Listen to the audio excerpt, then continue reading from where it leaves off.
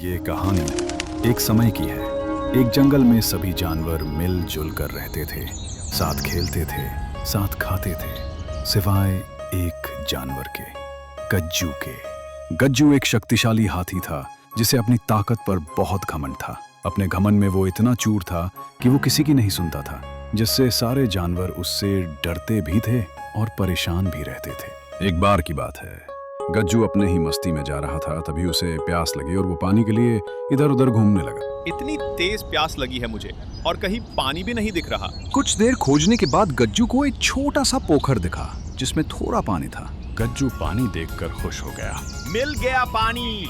गज्जू पानी पीने के लिए पोखर के पास गए और जैसे ही अपनी सूंड पानी पीने के लिए बढ़ाई, पानी के अंदर से कुछ मेंढक बाहर आ गए। रुक जाओ गज्जू भैया, इस पोखर में ज्यादा पानी नहीं है। अगर तुम इसे भी पी जाओगे तो हम कहाँ रहेंगे? हमें बेघर मत करो। मेंढक की बात सुनकर गज्जू को गुस्सा आ गया। तुम्हारी हिम्मत कैसे हुई मुझे रोकने की? मैं इस जंगल का सबसे शक्तिशाली जानवर हूँ और तुम छोटे मोटे मेंढक, और तुम मुझे यहाँ से जाने को कह रहे हो। मैं तो यही पानी पीऊंगा। तुम्हें जहाँ जाना है जाओ, मुझे उससे कोई मतलब नहीं। पर गज्जू भैया, हमारा क्या होगा? कृपया ऐसा मत करो। मेंढक गज्जू से विनती करते रहे, पर उसने अपने घमंड में उनकी एक न सुनी और देखते ही देखते पोखर का सारा पानी पी गया और पोखर सूख गया। मेंढक बेघर हो गए और दुखी भी, और गज्जू अपनी मस्ती में आगे चला गया। ये गज्जू ने अच्छा नहीं किया। हाँ, पर हम कर भी क्या सकते हैं? वो इतना शक्तिशाली है। गज्जू हमेशा ऐसा ही करता था, और वही उस दिन भी हुआ जब उसका सामना जंगल के बंदर डमरू से हुआ। डमरू एक केले के पेड़ पर चढ़कर केले खा रहा था, तभी वहां गज्जू आ गया। पेड़ पर केले देखकर उसके मुंह में पानी आ गया। वाह, केले देखकर ही मुंह में पानी आ गया। आज तो पेट भर के खाऊंगा। गज्जू तुरंत केले के पेड़ के पास पहुंच गया, पर वहां डमरू को केले खाते देख वो गुस्सा हो गया। डमरू, ये केले मैं खाऊंगा, इस पर सिर्फ मेरा हक है। चले जाओ यहाँ से। ये क्या बात हुई भाई? मैं पहले से यहाँ केले खा रहा हूँ। जंगल में और भी केले के पेड़ हैं, वहाँ जाके खा लो। मुझे भी भूख लगी है। जंगल के फलों पर सबका अधिकार है। क्या कहा? सबका अधिकार? इस जंगल में जो भी है उस पर सबसे पहले अधिकार मेरा है, क्योंकि मैं इस जंगल का सबसे बलवान जानवर हूँ। अगर हिम्मत है तो मुझसे लड़कर जीत जाओ और भगा दो मुझे यहाँ से, या फिर खुद भाग जाओ। आज तो मैं यहाँ से जा रहा हूँ गज्जू, पर देखना एक ना एक दिन तुम्हें तुम्हारे कर्मों का फल जरूर मिलेगा। जब मिलेगा तब देख लूंगा, अभी तो मुझे ये फल खाना है। बेचारा डमरू वहां से चुपचाप भूखे पेट चला गया, पर गज्जू को हमेशा की तरह इससे कोई फर्क नहीं पड़ा। इसी तरह समय बीतता गया। गज्जू का दिन ब दिन जंगल के जानवरों को परेशान करना बढ़ता ही गया। सब लोग उससे परेशान थे, पर किसी की इतनी हिम्मत नहीं थी कि उसका सामना कर सके। फिर एक दिन गज्जू जंगल में सैर कर रहा था, तभी उसे एक आम का पेड़ दिखा जिसमें ढेर सारे आम लगे थे।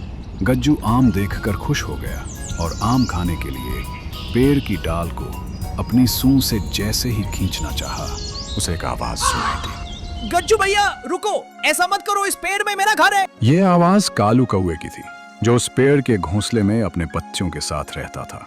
उसने गज्जू को पेड़ हिलाने से मना किया, पर गज्जू कहाँ मानने वालों में से था। मैं क्यों रुकूं भला? ये आम खाने से मुझे कोई नहीं रोक सकता।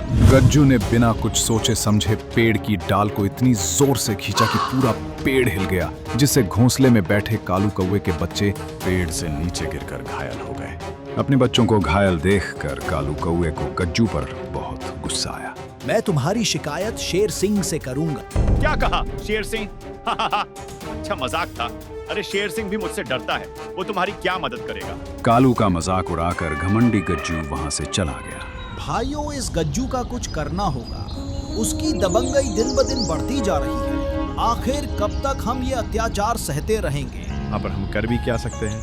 हाँ, वो इतना शक्तिशाली है कि हमारा उसके सामने क्या मुकाबला। वो इतना बड़ा और खतरनाक है कि उसके पास जाने में भी डर लगता है। दोस्तों, तुम शायद भूल रहे हो कि एकता में कितना दम होता है। अरे एक लकड़ी को तो कोई भी तोड़ सकता है, पर जब लकड़ियों का गुच्छा हो तो उसे तोड़ना आसान नहीं होता। भूल गए? बात तो सही है, पर हम उसे मजा चखाएंगे कैसे? मेरे पास एक प्लान है, पर उसके लिए हमें सबको मिलकर एक साथ काम करना होगा। कालू कौवे की बात से सब सहमत हो गए। कालू ने अपना प्लान सबको बताया, जिससे गज्जू के घमंड को तोड़कर उसे सबक सिखाया जा सके। सब लोग चुपचाप गज्जू का इंतजार उसी जगह कर रहे थे जहां वो रोज खाना खाने के बाद आराम करने आता था। तभी रानी मधुमक्खी वहां उड़ते हुए आई और बोली, गज्जू इधर ही आ रहा है।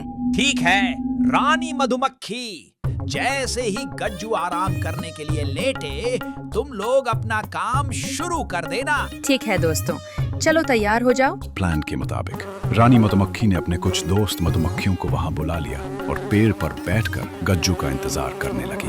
रोज की तरह गज्जू उसी पेड़ के नीचे आराम करने आया, वहीं लेट गया। उसके लेटते ही मधुमक्खियां उसके कान के पास जाकर गुनगुनाने लगी और मधुर संगीत निकालने लगी।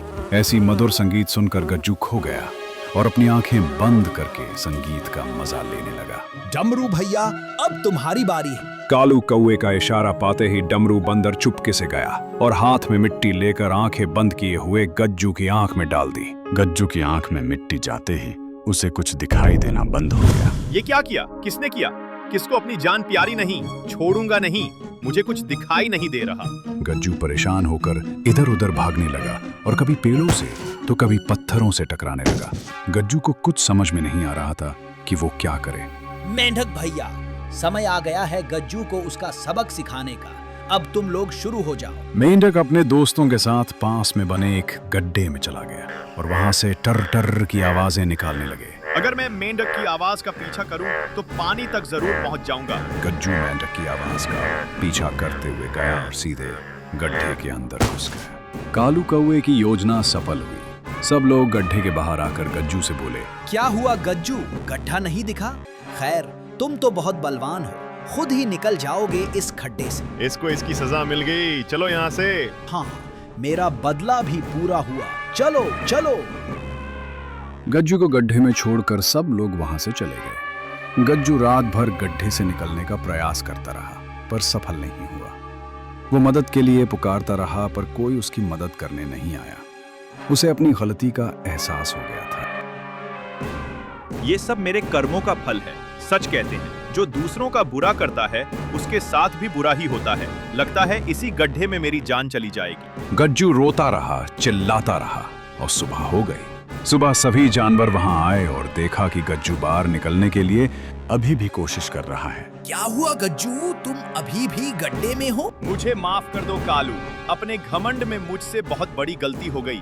मुझे उसकी सजा मिल चुकी है। मुझे तुमसे कोई गिला शिकवा नहीं, मेरे साथ बिल्कुल सही हुआ। गज्जू का पछतावा सुनकर सभी जानवरों को उस पर दया आ गई। लगता है गज्जू को अपना सबक मिल गया है, हमें इसकी मदद करनी चाहिए। आखिर है तो ये हमारे जंगल का एक सदस्य ही। सही कहा, पर हम इसे यहाँ से कैसे निकालें? वैसे ही जैसे इसे नीचे गिराया था, एक साथ मिलकर।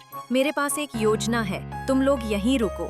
रानी मधुमक्खी उड़ते हुए वहां से गई और चूहों को बुला लाई। चूहों ने भी गज्जू पर दया दिखाई और देखते ही देखते पास की झील से एक सुरंग बना दी जो सीधे गज्जू के गड्ढे तक आती थी। झील का पानी गज्जू के गड्ढे में भरने लगा और पानी भरते ही गज्जू गड्ढे से बाहर आ गया और सबसे माफी मांगी। तुम लोगों ने दिखा दिया कि एकता में कितना बल होता है।